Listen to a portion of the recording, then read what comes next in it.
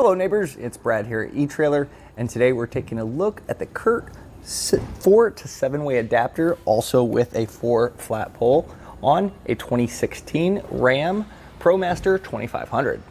Having this adapter is a great way to go from a normal just 4 pole to a 7-way, and that's going to give you not only 12-volt power but also reverse lights as well, which is really nice when you have a good trailer. You can also have the ability to run trailer brakes, and that also is going to be peace of mind when towing a heavier trailer that has brakes installed.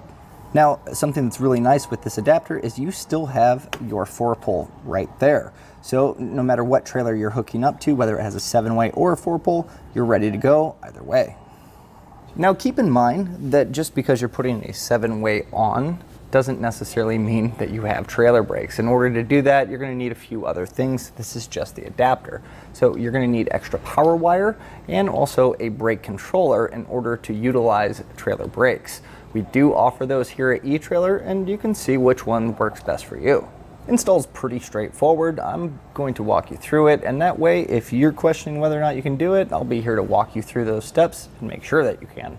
So here on the end of our 7 pole, you're going to see that, well, we have a 4 pole, so it's going to retain that. But our connections here, we're going to be plugging into our already installed 4 pole. We have a ground wire, which will ground, a power cable that needs to run to the power source, and then also we have a blue wire for a brake controller, and then our yellow wire is going to be for reverse. And generally that's only used when you're backing a boat down a boat ramp or something along those lines. Now this customer opted to just run power to our 7-way without a brake controller, so these two will not be used. Now if you are running wanting to run a brake controller, you can get kit ETBC7 here at eTrailer, and that's going to allow you to hook up to your brake controller and have full control of trailer brakes.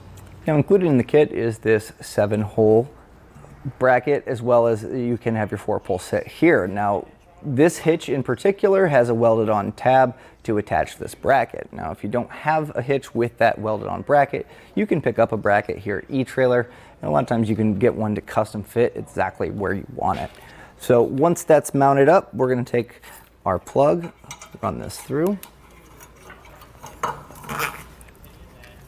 as well as our 4 pole here. And then I've put our supplied screws in, and that just sits in there. And then I'm going to follow it up with a flat washer, then a lock washer, and then our 7mm nut. Go ahead and do that on all 4 of these.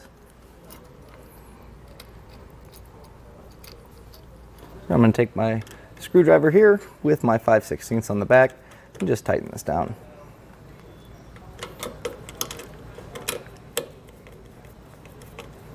Now I'm going to attach my 4 pole to my 4 pole connector. I'm just going to cut off this dust cap because we're not going to need that. And what we're going to do is put these together. And we're going to run a zip tie connecting both of those. And that way they have a nice solid connection and they won't come loose over time.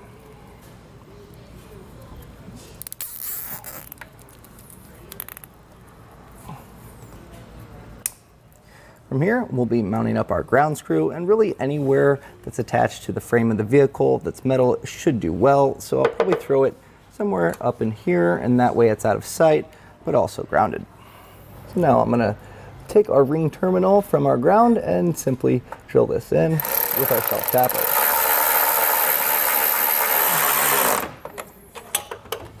So our black wire here has the butt connector already attached, and we're going to take some extra power wire here, and we're going to be routing this up to our power source, also known as the battery, up front. So go ahead and splice that, crimp it down, check your connection. And then from there, I'm going to route the wire up to the engine bay, and I'll show you how I did that. So our brake controller wire, as well as our reverse wire, since we're not using those, we tape those up out of the way. And now the rest of the wires, as far as our power, I should say, we're going to run up to the front, and I've tried my best to keep this away from heat and any moving parts. Now, seeing that it's in the middle Not exactly easy to get away from the exhaust, but being here on the hitch, it should be okay. And then once I routed up, I started to make my way and found some other wires here from the factory that we can run. Now following through here, we routed up, trying to stay away again from the exhaust and moving parts. And if you do need wire, we have this at eTrailer as well. And this is going to be required as you're going to run it up to the front. And as you can see, I really did try to follow the same looms and use the same clips that the factory one has, as they're pretty well designed to keep them safe. From here I ran my power cable up to a 40 amp breaker. Now you will probably need one of these, and that's going to protect your electronics. Now we have these here at eTrailer, and that's going to be something you're going to want to add. Now going from our power wire, we go to the auxiliary post and then tie off a jumper cable, which was just extra wire and some ring terminals that we used to go from our battery to the positive terminal on our battery. So from there, we should be protected and have electricity run to our plug. With my 7-pole tester in, you can see that we already have a light lit up, and that's a great sign that everything should be working properly. So to further check that, we're going to run it through the light cycles to make sure it all works. So the light that we have on shows that we have 12-volt power running to it. So now we're going to run it through. We have our running lights. We'll do our left turn signal, our right turn signal, and then finally our brakes.